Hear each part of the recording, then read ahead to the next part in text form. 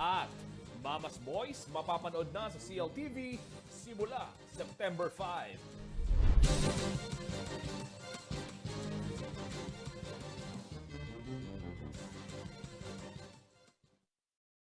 September 7.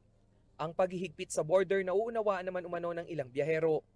Maiwasan ng pandami ng pagkalat ng COVID. Pero hindi lahat bukas sa loob na tinatanggap ang pagpapatupad ng mahigpit na protocol. Si Rose Viresusta na iyak pa matapos pababain ng bus papasok sa Bataan. Galing daw sa Lubao si Resusta at may kukuhanin lamang na dokumento sa Mariveles. Gagamitin daw sana ang mga dokumento sa pag-a-apply ng trabaho. Ang problema, wala siyang maipakitang RT-PCR o antigen test result o anumang ID na may address ng Bataan. Nalipat po ako nung nag-asawa ko sa Pampanga. Ikukunin ko lang po sana yung ibang mga gamit ko doon sa amin. Saan po? Sa Bataan po. Saan sa Bataan po? Mariveles po. Kailangan ko po yung mga papeles ko po na iba nandun po naiwan. Saan niyo po gagamitin yung papeles niyo? Kasi po sir, meron din po naman ako ina-applyan na trabaho din sa amin po. Kailangan ko po yung mga papeles. Ayon kay Police Lieutenant Arnold Abiog, COVID-19 test pa rin ang pangunahing requirement para sa mga papasok ng lalawigan. Bukod pa riyan ang mga identification card o vaccination cards. Ang pinapayagan lang po ng checkpoint namin ay yung po mga APOR, yung authorized person outside residence, tsaka yung po mga lihtimong residente po ng Bataan. Yun lang po yung pinapayagan namin pumasok. Sa mga APOR naman po, mag-provide lang po sila ng company ID, certificate of employment. As of August 30, 4,106 ang binabantayang active COVID-19 cases sa Bataan. 34 na rin ang naitalang kaso ng Delta variant sa lalawigan. Sa Pampanga naman, umabot na sa 5,730 ang active COVID-19 cases. Kahit pa mas mataas ang bilang na ito kumpara sa Bataan, nananatiling ang pinakamaluwag na quarantine protocol ang pinatutupad sa probinsya. Marami din tayo dyan, denied entry. Mga bumibisit lang sa mga family, hindi na magana immediate family. Na-afford sila. On an average, sir, ilan kada araw yung mga denied entry natin? Mostly minsan 15. 15 mag-exceed ng 20. Sa inilabas na Executive Order 17B ni Governor Delta Pineda, simula September 1 ay lifted na ang liquor ban, subalit limitado sa mga residenteng naninirahan sa iisang bahay o iisang compound ang pag-iinom. Pinahihintulutan din ang lamay hanggang 3 gabi. Maaari ring magdeklara ng granular lockdown ang mga lungsod at munisipalidad kung kinakailangan. Rainiel Pawid, CLTV News. Sa iba pang balita, hati ang saloobin ng mga biyaherong papasok sa lalawigan ng Zambales kaugnay ng hinihinging weekly antigen test result kahit pa sila ay mga essential workers. Daing ng ilan, baka raw dumating ang araw o ang panahon na sa sahod na nila ikakaltas ang bayad sa pagpapa-antigen o RT-PCR test. Para naman sa iba, mas mabuti nang ligtas ang lahat mula sa nakamamatay na COVID-19. Magbabalik si Rainiel Pawid.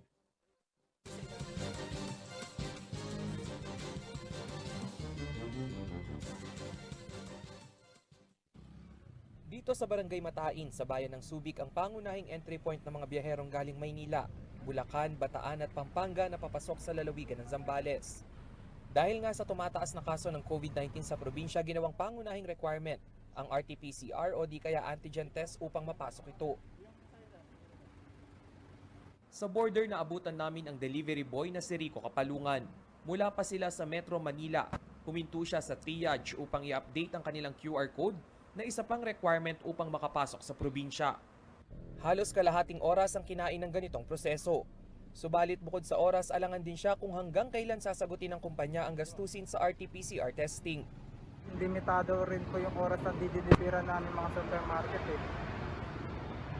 kinakabahala namin baka sa susunod na pagbiyahe namin dito at magpa-test ulit kami ng mga antigen at swab test, baka mamaya sa amin na po i-charge yung ganong kahalagang pera Para naman sa mall agent na si El Orlina, mabuti nang nakasisiguro ang lahat na ligtas sa COVID-19 ang mga pupunta ng Zambales.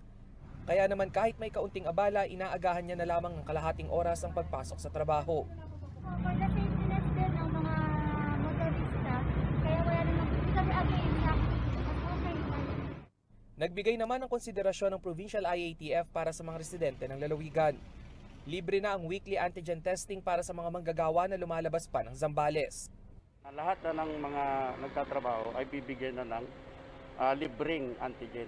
Oo, kasi makapal yung kanilang sweldo eh. Doon lang mapupunta. Nitong August 31, 89 na kaso ng COVID-19 ang naitala sa loob lamang ng isang araw. Kaya naman ang aktibong kaso sa Zambales umakyat na sa 928. Mayroon na ring naitalang isang kaso ng Delta variant sa Zambales na mula sa isang 2 taong gulang na sanggol. Rainiel Pawid, CLTV News. Abangan sa aming pagbabalik. Mga parol na simbolo ng pagbangon at pag-asa, pinailawan sa lungsod ng Angeles. At programang Mama's Boys, mapapanood na sa CLTV simula September 5. Manatiling nakatutok para sa iba pang mga nangungunang balita dito sa CLTV News.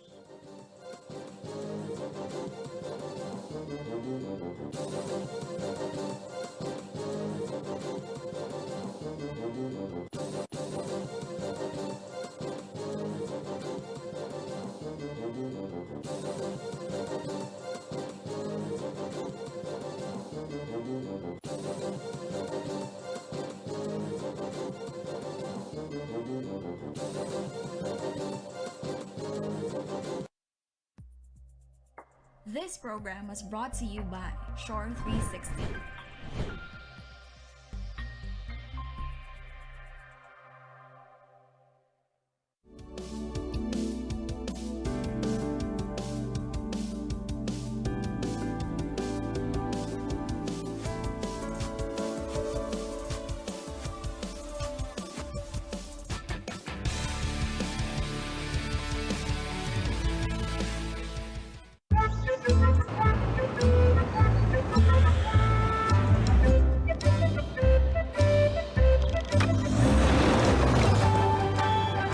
Introducing the Ford Everest with 2-liter bi-turbo diesel engine and 10-speed automatic transmission. The new Ford Everest. Extraordinary happens offline.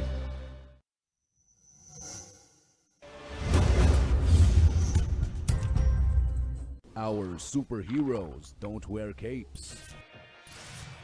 Some of them wear headsets. Some of them wear scrubs. Some of them wear hoodies. Some work in offices and some at home. Everyone wears a smile. If you are conscientious, focused, and willing to give an opportunity a go, we want you. Join the superheroes of Shore 360. Apply at jobs360.com.ph.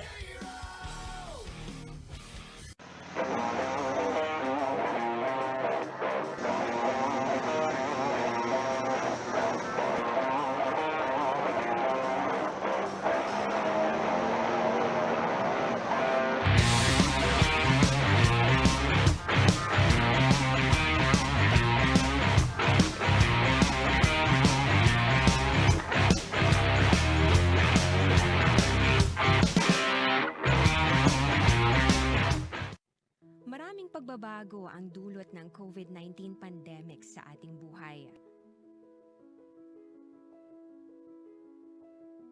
Kasama na rito ang pananatili sa bahay at paglabas lamang kung talagang kinakailangan. Ngayon, bahagi na ng ating kasuotan ang face mask kapag lalabas ng bahay. Huwag kalimutan na magdala ng alcohol o sanitizer upang mas madalas makapaglinis ng kamay. Sundin ang mga panuntunan ng pampublikong sasakyan, lalo na ang physical distancing. Kahit sa pamilihan, dapat ring sumunod sa new normal. May mga lugar din na kailangang magrehistro para magamit sa contact tracing. Kung maaari, subukan ang mga contactless transactions tulad ng online banking, online payment o kahit online shopping para hindi na lumabas ng bahay. Huwag kalimutan ang mga natutunan dahil ito ang ating sandata para mas maging handa sa new normal.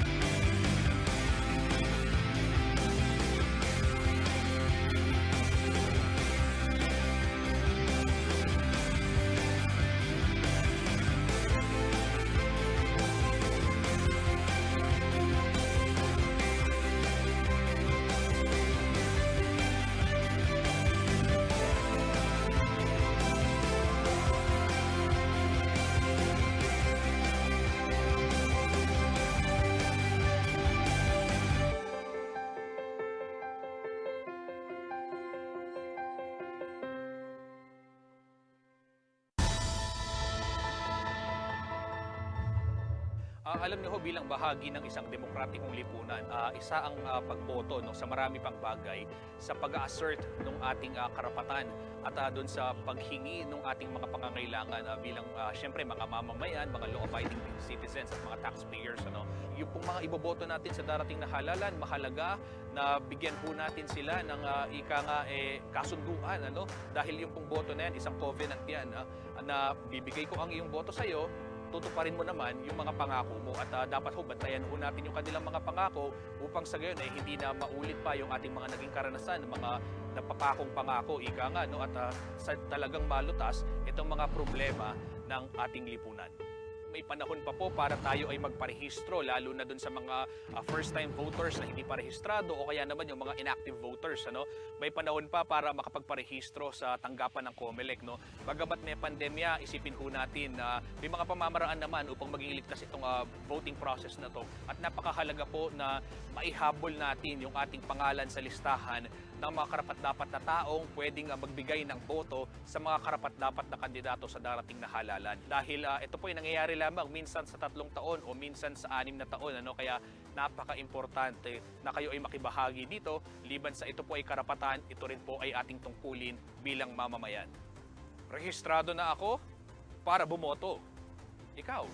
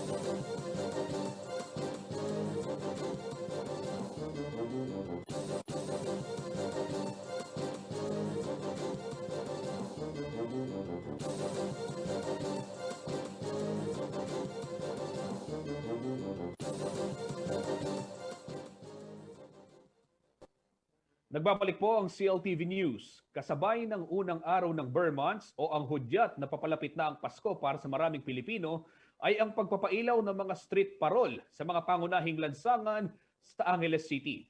Ayon kay Angeles City Mayor Carmelo Pogi Lasatin, paraan daw ito ng pagpapakita ng pag-asa sa mga Angelenyo na nahaharap pa rin sa problemang dala ng pandemya.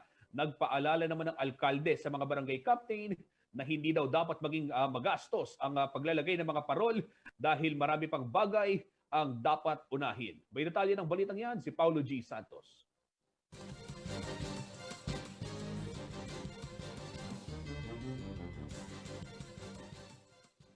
Isa sa mga naunang nagpakislap ng mga pangunahing kalsada ngayong taon ay ang lungsod ng Angeles.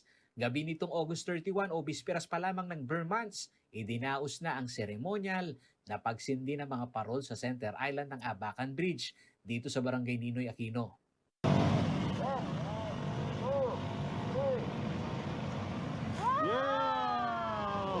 Napakalaking bagay umano sa alkalde ang parol na nagbibigay ng pag-asa sa kanyang mga kabalin na Angelenyo. Mismong siya naniniwala na maghahatid ito ng inspirasyon sa mga kabalin na lumalaban sa krisis dala ng pandemya. Alam niyo po, pag nakakakita akong parol, lagi pong may hope sa akin na it will be a better tomorrow. Yan lang po naman nakikita ko. At nasasaya po ako, sumasaya ako pag nakakakita po akong parol. Mula po nung bata ako hanggang ngayon.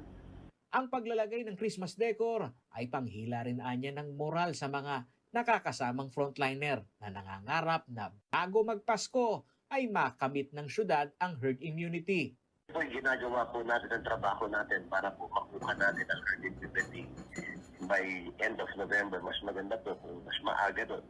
Ayon kay Lasatin, nakadepende sa magiging takbo ng rollout ng vaccination kung magiging maluwag ang quarantine restriction sa Angeles City. Pero tiniyak naman niya na kahit virtual, ay mayroong Christmas party ang mga empleyado ng City Hall. Most likely po, virtual lang po ang gagawin natin kung magkakaroon man. No? Depende po yan. Saan po aabot yung budget natin. Alam niyo naman po, yung budget ng syudad ngayon medyo mahigpit. Paalala din ng alkalde sa mga barangay captains na hindi inuobliga ng lokal na pamahalaan na paglaanan ng malaking gastos ang paglalagay ng parol sa kalsada. Dapat pa rin umanong maging resonable ang mga ito, lalo't may mga kailangang unahin na gastusin. Ay, hindi po natin rin i-require yung mga barangay captains natin na maglagay po kung ano-ano sa... Importante po kasi sa akin yung arte mo ng mga kababayan. No? Sila po yung unahin natin at tulungan natin. Samantala, sa mata ng ilang Angelenyo, okay na okay daw ang maagang paglalagay ng parol ng city government dahil nagbibigay ito ng paalala na ang diwa ng Pasko kahit may pandemya ay magpapatuloy. Ayan po, it's parang reminder na malapit na po yung Pasko. Yan, makulay na naman, masaya. Ayan, magdidiwang na naman tayo kasi. Kung may excited sa Pasko, meron namang hindi. Gaya ng isang construction worker na si Jericho Reyes. Parang di mo masyado masaya, sir, kasi pandemic din. Parang pareho lang. At saka isip ko niya, hindi rin masyado masaya. Kasi maraming bawal. Si Bang Rene Laksina, ang mga parol naman umanong nakasabit na ito ang magiging paalala sa kanya na kukumpletuhin ang simbang gabi upang matupad ang panata na matapos na itong pandemya. Sana po mawala na yung pandemic para maging masaya na lahat ng tao. Paulo G. Santos, CLTV News.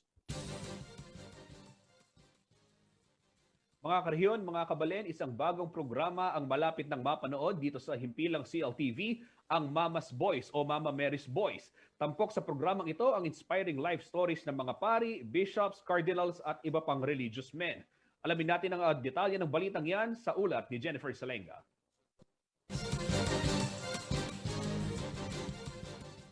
Karaniwang nakikita sa mga simbahan para sa kanilang tungkulin na magdaos ng banal na misa ang ating mga kaparian. Araw-araw silang naghahati ng mga salita ng Diyos at ginagabayan ng mga Kristiyano sa kabanalan at pagsunod sa yapak ni Kristo.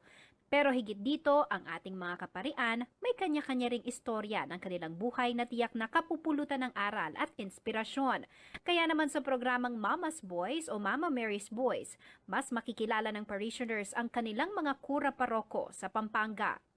Ang Mama's Boys ay handog ng FMA Project 5 Siglo, isang non-government organization na binubuo ng mga nagseserbisyo sa simbahan. Kung pinag-iisipan po namin yung nagko-conceptualize po kami about this program, yun nga pong naalala ko yung experience ko nung nagtatrabaho ko sa Archdiocesan Radio Station. Kapag nagsa-search, may guest kami na pare na hindi ko kilala. So agad yung takbuhan ko, yung internet. And magtatanong ako, mag-search ako about that priest. And mostly, wala akong nasa-search or meron man, napaka-minimal yung information about that reason. And kaya po na-conceptualize po namin, na naisip po namin na why not i-digitalize po yung buhay ng ating mga priests. Kilalanin, gusto po namin kilalanin pa yung ating mga pare.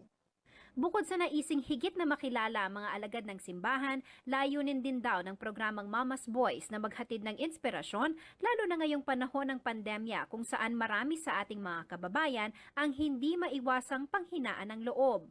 Marami pong mga inspiration tayo na mapupulot dito sa ating programang Mama's Boys. Yung panonood po nila ng Mama's Boys and Mama Mary's Boys, ito na po yung time siguro para magkaroon sila ng inspiration to pursue kung ano po yung tawag sa kanila ng Panginoon. Bukod sa programang Mama's Boys, nagsasagawa rin ang grupong Project 5 Siglo ng mga documentation sa mga simbahan at heritage history. At dahil sa pandemya, new normal na rin sa mga simbahan ang pagdaraos ng online mass. Kaya naman isa pa sa programang ginagawa ng kanilang organisasyon ang pagtuturo ng skills para sa social media teams ng mga simbahan sa Pampanga. Samantala, si Karen Layog ng Project 5 Siglo ang host at producer ng Mama's Boys. Kung gusto niyo pong ma-inspire sa buhay ng ating mga kaparian, manood lamang po kayo at antabayanan po ninyo ang ating programa, ang Mama's Boys, Mama Mary's Boys. At sana po makatulong po ito sa pinagdadaanan po natin ngayon, lalo na po ngayong pandemya. Mapapanood ang Mama's Boys sa CLTV simula September 5 at mapapanood every Sunday 10:30 ng umaga. Jennifer Salenga, CLTV News. Sa pagbabalik ng CLTV News, pagiging brand conscious sa bakuna nakaaapekto raw sa vaccine rollout ng Mabalacat City. At para kikatamong balitang ating K, pamangambul kingamanong si Swan, makasalali ka ring balang Kapampangan. E ako pumama ko, magbalik king CLTV News.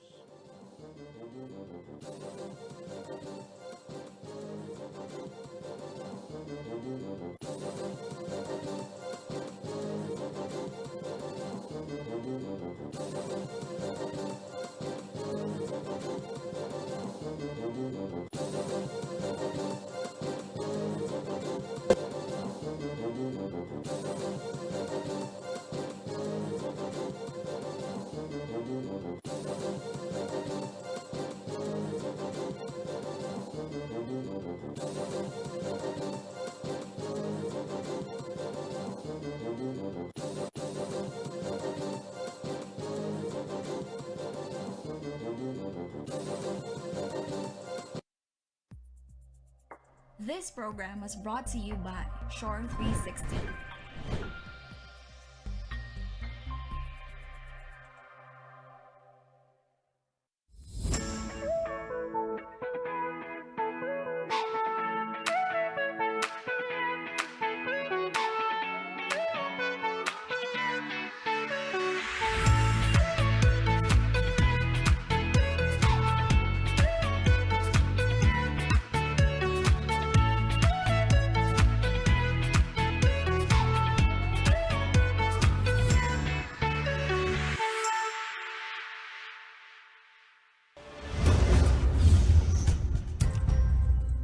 Ako po ang inyong lingkod, si Manong Willie Dar mula sa Kagawaran ng Agrikultura. Akin po kayong inaanyayahan na tumutok sa Agri-Balita, Central Luzon, dito sa CLTV 36 upang maging updated sa mga balitang magsasaka at mangingisda. Tuwing Lunes naman, sa ganap na alas 10 ng umaga hanggat alas 12 ng tanghali, ay mapapakinggan ang Ani at Kita sa Agrikultura sa RW 95.1 FM, kung saan ay ating binabahagi ang mga bagong kaalaman sa agrikultura. Patuloy na makilahok sa mga programa ng Kagawaran ng Agrikultura upang ating makamit ang masaganang ani at mataas na kita para sa lahat. Maraming salamat po.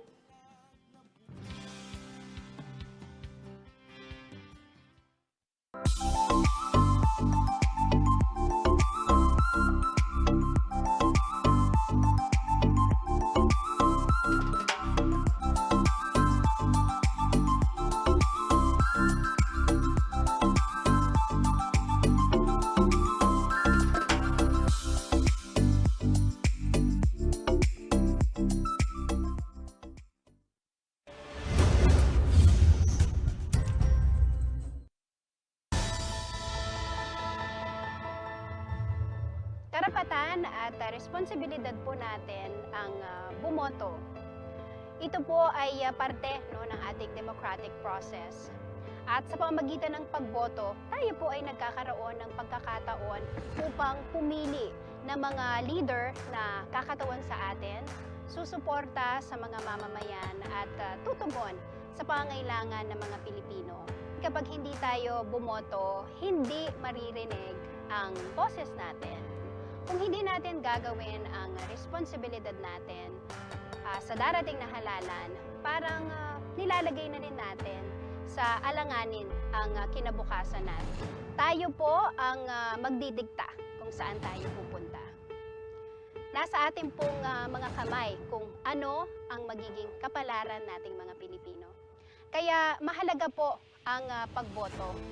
Sana seryosohin po natin ito at isipin natin hindi lamang ang ating sarili, kundi maging ang kapakanan ng ating mga mamamayan. Rehistrado na po ako para bumoto. Ikaw?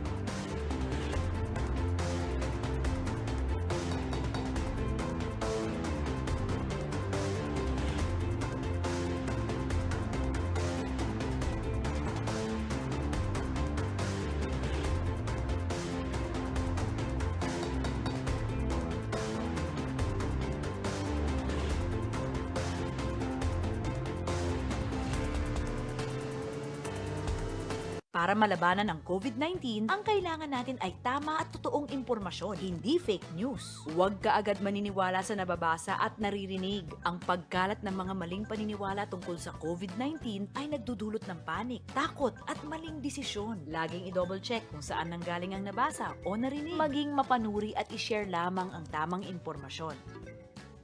Sa wastong pag-iingat, ang virus hindi kakalat. COVID-19, kayang-kaya nating tapusin. Welcome back! Kung may pagbabago sa inyong mga bahay, mayroon din dito sa ating pinagtatrabahuhan. Una, kukuhaan kayo ni Manong Guard ng inyong temperatura. Kapag mataas ang inyong temperatura at may iba pang sintomas, kailangan kayong matingnan sa ating klinik o ipadala sa pinakamalapit na health center o pauwiin kung may sakit. Siguraduhing malinis ang mga kamay bago pumasok sa pinagtatrabahuhan. Ugaliin ang pag-sanitize ng kamay. Bukod sa face mask, maaaring humingi ng pang-disinfect na panglinis ng inyong workstation sa admin. Panatilihin ang physical distancing at all times. Kapag may meeting o diskusyon, iwasang gawin ito sa masikip at maliit na lugar. Siguraduhin na may tamang ventilasyon at limitahan ang bilang ng mga tao sa meeting room. Sundin ang 1 meter rule sa physical distancing. Masarap man magkwentuhan tuwing break, Iwasan na magtagal o magsabay-sabay at dapat mayroon pa ring physical distancing. Kung hindi maganda ang pakiramdam o may sintomas ng sakit, manatili sa bahay at abisuhan ang pinagtatrabahuhan upang sila rin ay makagawa ng mga hakbang. Huwag kalimutan ang mga natutunan dahil ito ang ating sandata para maging handa sa new normal.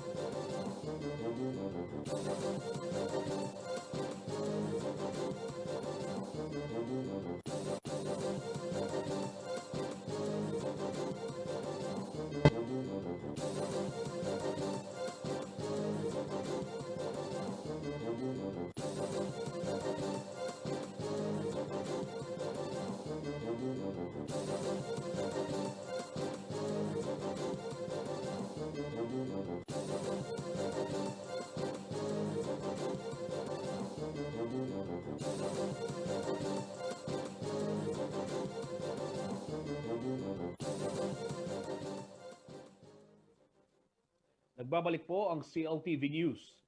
At sa iba pang mga balita, hindi raw bababa sa 200 sa kada 1,000 katao na nagre-register para sa COVID-19 vaccine sa Mabalacat City ang hindi sumisipot sa kanilang schedule.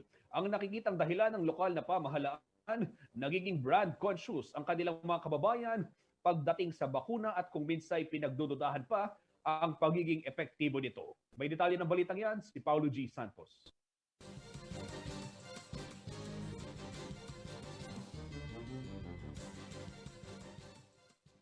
Apat sa kada 10 Pilipino ang gusto ng magpabakuna kontra COVID-19. Ito ang resulta ng Pulse Asia Survey nitong June 21, 2021.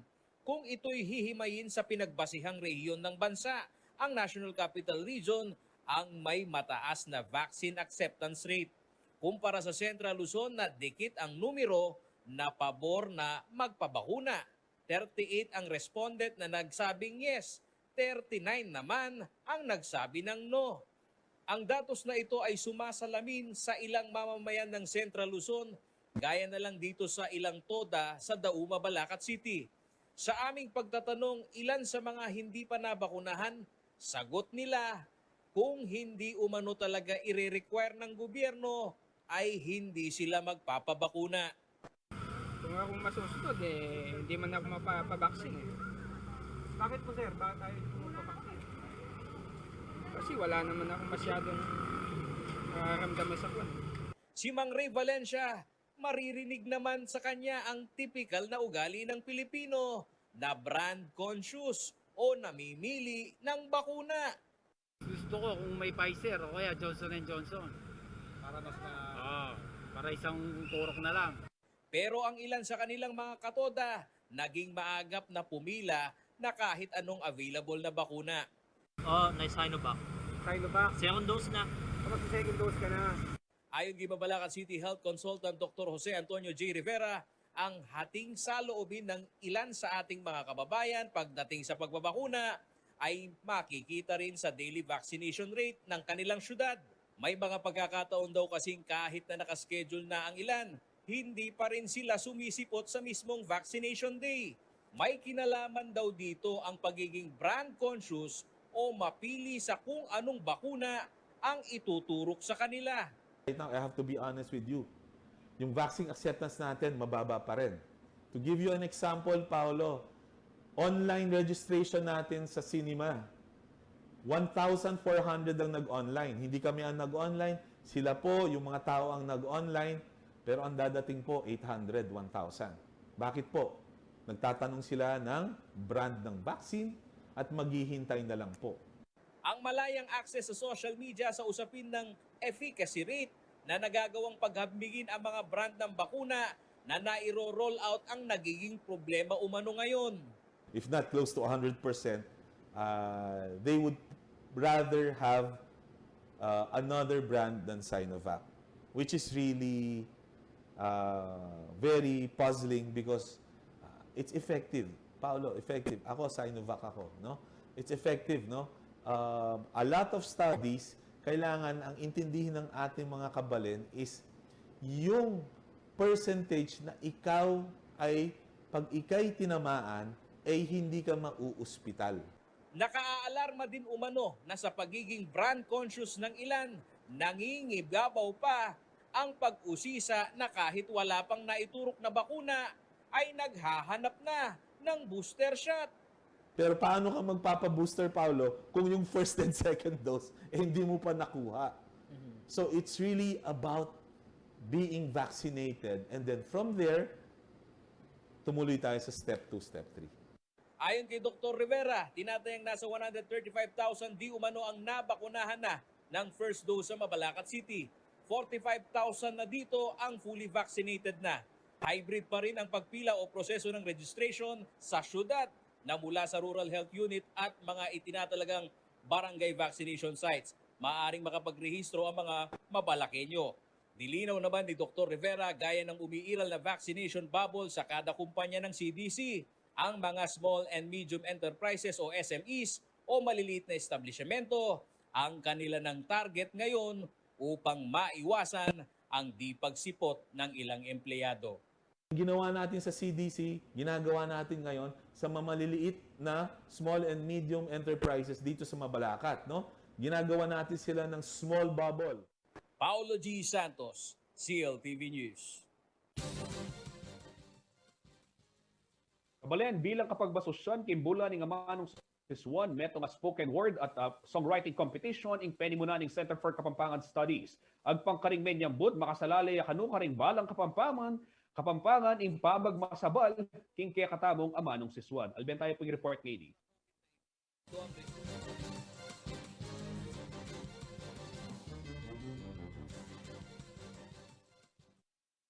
Bistaman pandemya, Belaos ne parining Center for Kapampangan Studies in Spoken Word Poetry at Songwriting Competition na gaganapan balang banwa. iti bilang kapag masusyan kimbulan ni nga manong siswan. Karing 39 entries para king spoken word poetry, menyabot ay Gerald Chu para king kayang obrang ama na KT. Gerald mo naman ing many kwaking top award para king parehong kategorya inyang milabas sa banwa. King kayang poesya, sinabi ng Chu na tiwala yung asal baya pa yung amanong Kapampangan.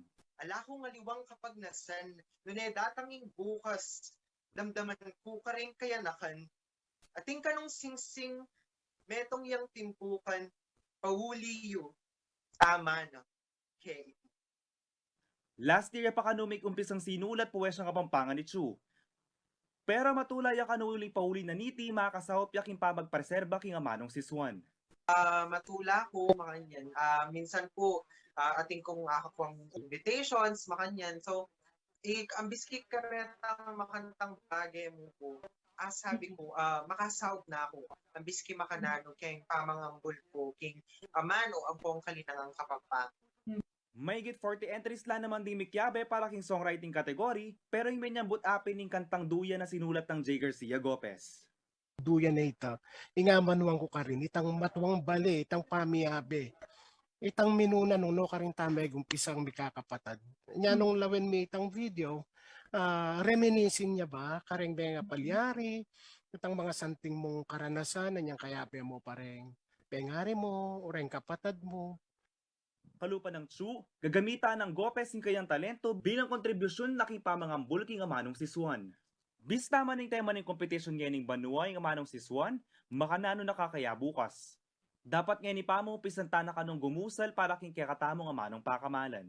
Deta pong hanggang Kapampangan artist, singer, deta pong mamulosa, deta pong magtula, gagawang puwesya, miyabe-yabe mo. Gamitan tayo po in social media platform, baka nita palaganapan tayo, palto tamo ngayon makarine in Kapampangan. Palto tayo tang tutong nyamanan ng Kapampangan. Tunay nga tsuking gamat na ring balang Kapampangan ng pakibat kung kapilan niya kanu magwakas ng amanong siswan. Inya ipakisabi na rin minyambut king competition na Chu at Gopez iyapse, idake at sinupayang misama-samas ing amanong siswan.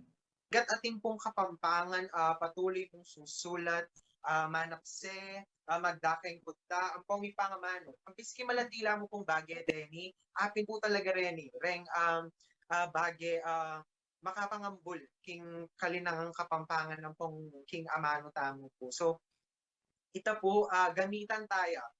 Kaya by Jennifer Salenga, yako'y JM Desus, CLTV News.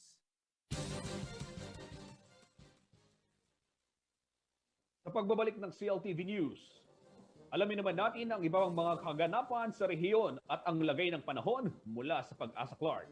Manatiling nakatutok at kami magbabalik.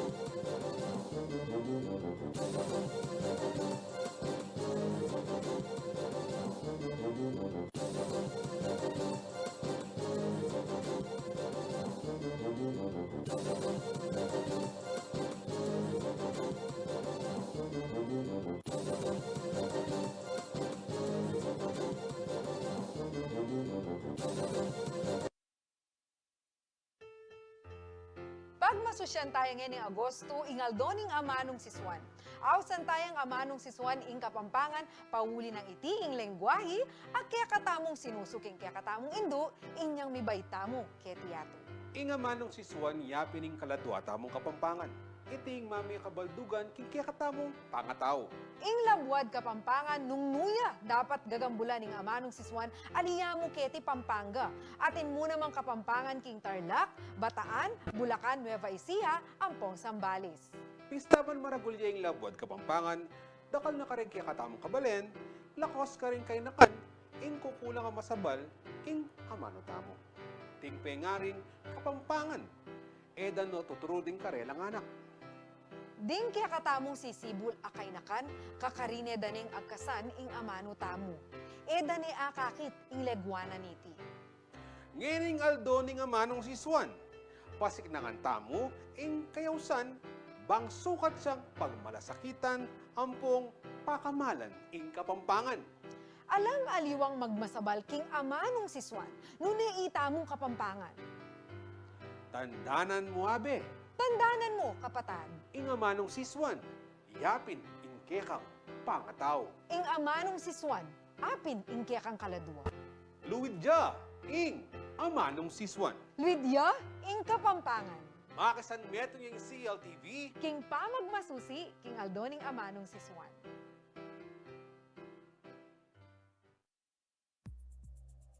This program was brought to you by Shore 360.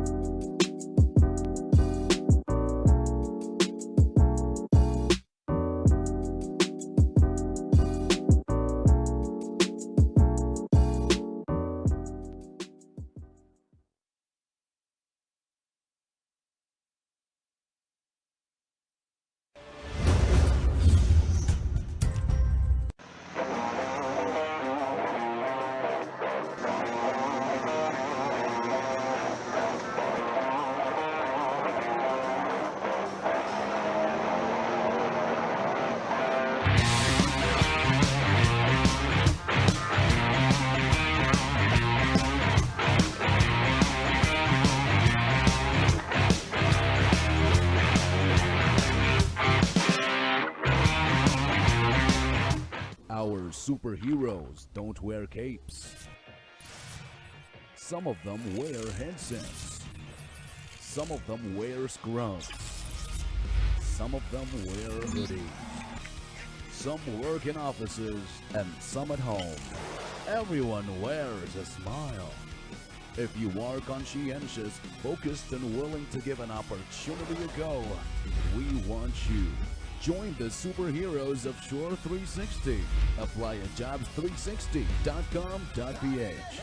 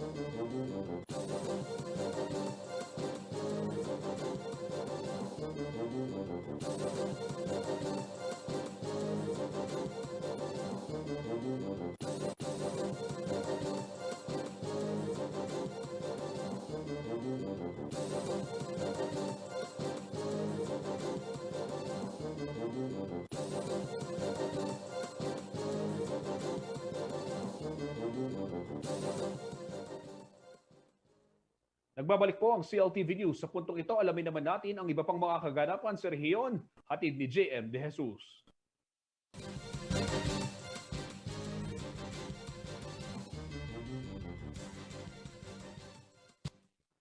Ginunita nitong August 30 ay ka-171 taong anibersaryo ng kapanganakan ng bayanit manunulat na si Marcelo H. Del Pilar.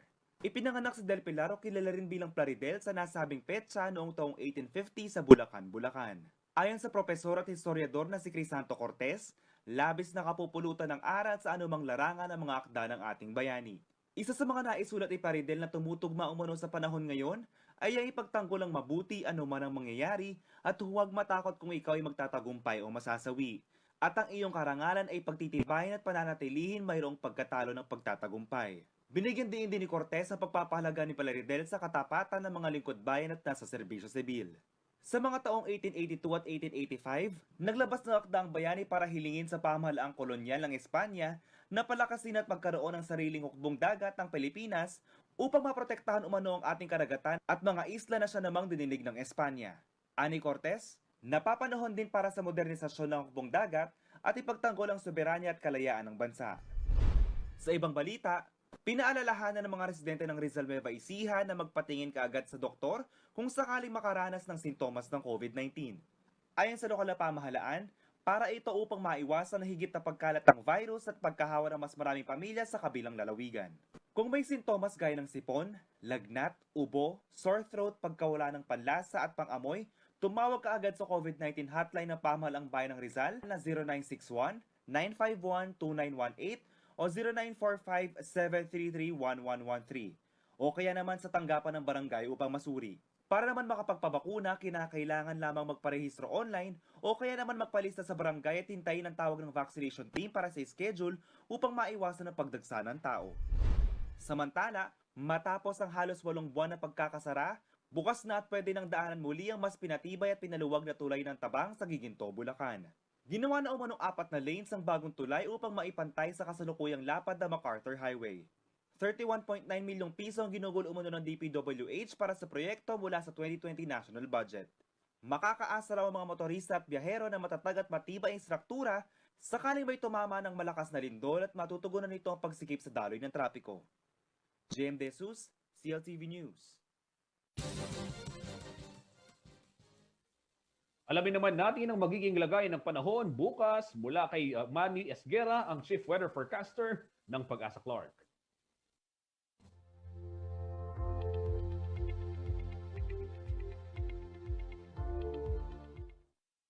Magandang gabi po. Intertropical Convergence Zone pa rin po nakaka-apekto sa buong bansa.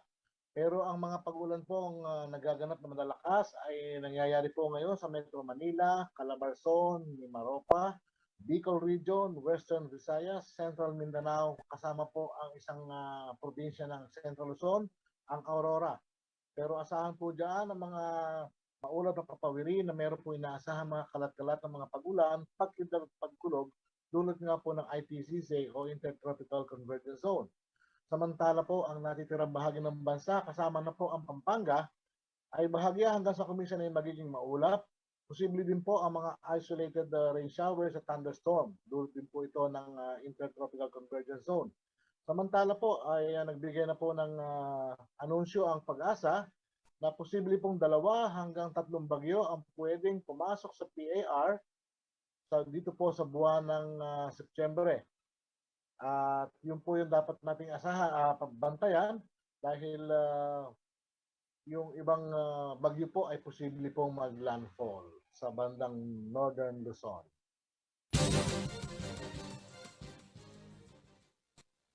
At yan ang mga balitang nakalap ng CLTV News ngayong araw. Para sa patuloy na balitaan, i-follow lamang ang aming mga social media pages sa Facebook at CLTV36 Official and at CLTV36 News. Meron din ho kaming Twitter at CLTV36 at ang aming Instagram account naman at CLTV36 Official. Kung nais nyong balikan ang mga programa ng CLTV, pwede nyong bisitahin ang aming YouTube account at CLTV36 website at ang aming website www.cltv